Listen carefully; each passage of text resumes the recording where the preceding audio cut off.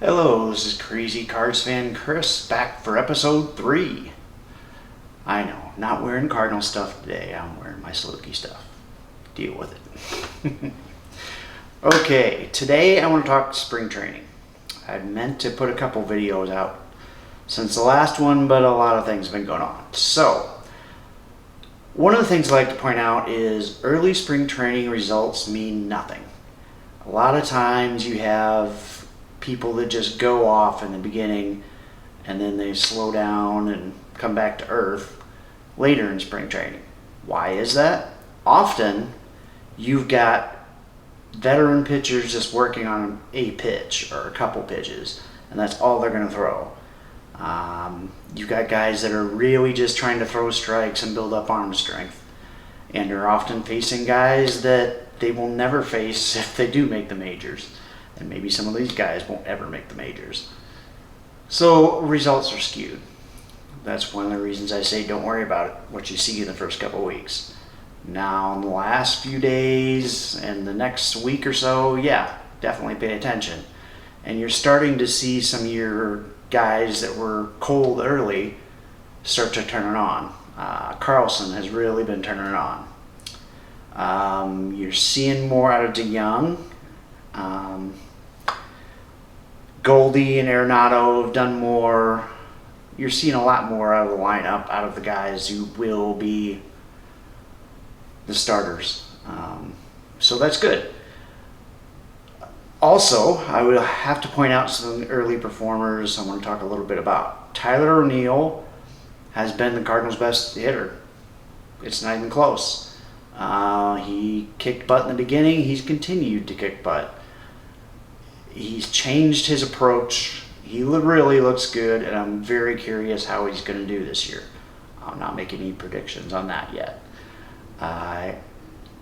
Thomas, everybody seems to love Lane Thomas, and he started out great, and he's been ice cold since. So his numbers aren't that great now. Didn't look good when I saw him the last few at bats. Don't know what that means overall. I do think he has capabilities. I think he can be in fourth outfielder.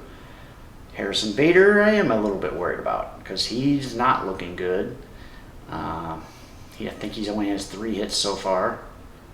So I do have concerns about him, and as I said in my very first video, I would really like to see him only play against lefties and certain righties, or at least have him avoid those guys that have that pitch that he can't hit, the outside slider, which is a lot of pitchers, unfortunately, for him. Let's see. Matt Carpenter. Let's talk Carpenter. It's kind of funny. I mean, I get that Carpenter's a great guy. I get that he was a star. But he is absolutely horrendous. He has 1 hit in 28 at-bats with, I believe, 12 strikeouts. Come on. I'm sorry, but he does not belong in the major leagues anymore. And I was reading one of the writers today for the Post, and he was talking about, it's only spring training. Well, yeah, it's not only spring training. He hasn't had a good month since August of 2018.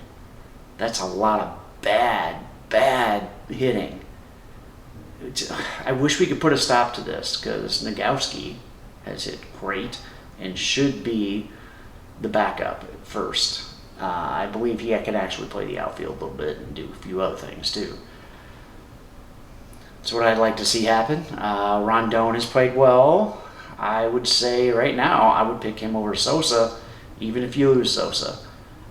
But we've got a week left. Maybe Sosa can put it back together because he did look really good last year in spring training. Didn't really get much of an opportunity in the majors. Pitching. A lot of concern about pitching. I gotta ask, when did Cardinal Nation become a bunch of Chicken Littles? Oh my God. Let's see if we got that working again. Okay, yeah. Slight injury, people go crazy. and assume that somebody's done for the year because they have a cranky shoulder or was a back issue. Okay, very minor back issue, and so far so good. I'm not saying bad things can't happen and that maybe these turn into something, but come on, let's wait till we find out that something's really bad before we jump to conclusion that it's horrible and it's all the Cardinals management's fault. Please. As far as the shoulder issue, I used to have it all the time. I have had 22 cortisone shots, which is the way they used to treat inflammation, which is what he has. He has inflammation. No structural damage means inflammation.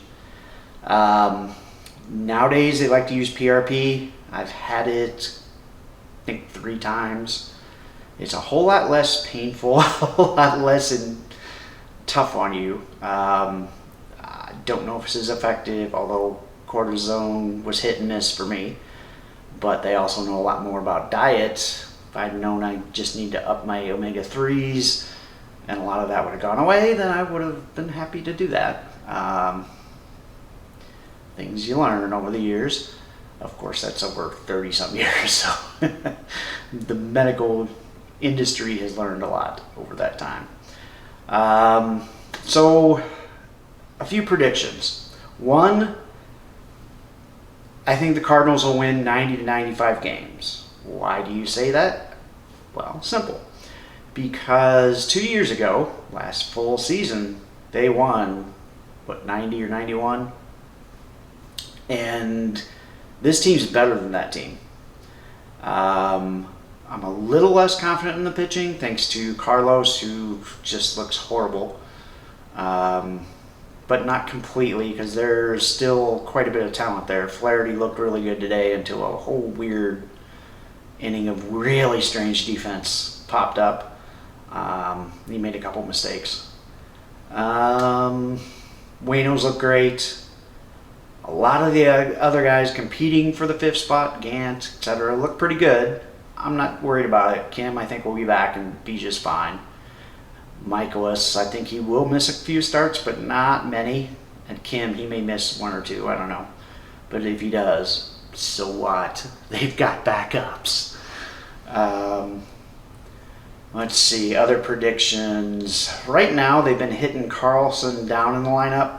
I don't like that at all, because I think when it comes down to it, he's going to be one of their top hitters.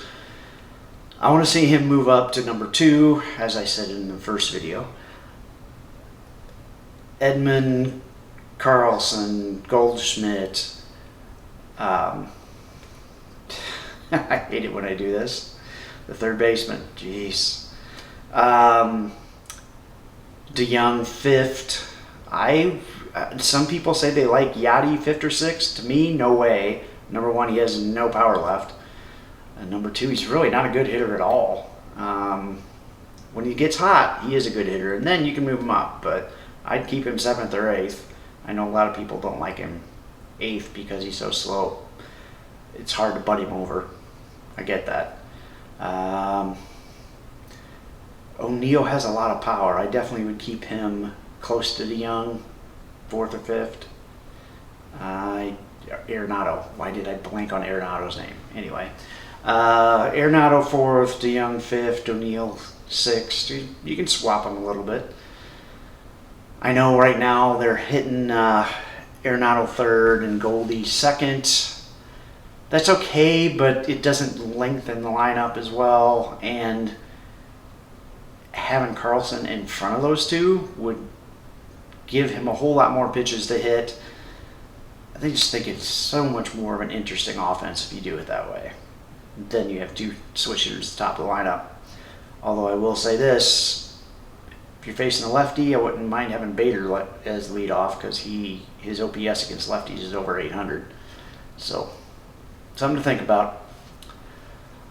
But season starts a little over a week from now. I'm very excited, and I will actually be in St. Louis for that. I know they won't be, but I will be in St. Louis to watch it in St. Louis, so that'll be good. That's it for today. If you like the video, then please hit like and subscribe, and another video coming soon. maybe from St. Louis on opening day. Well, taken in St. Louis on opening day. See you soon.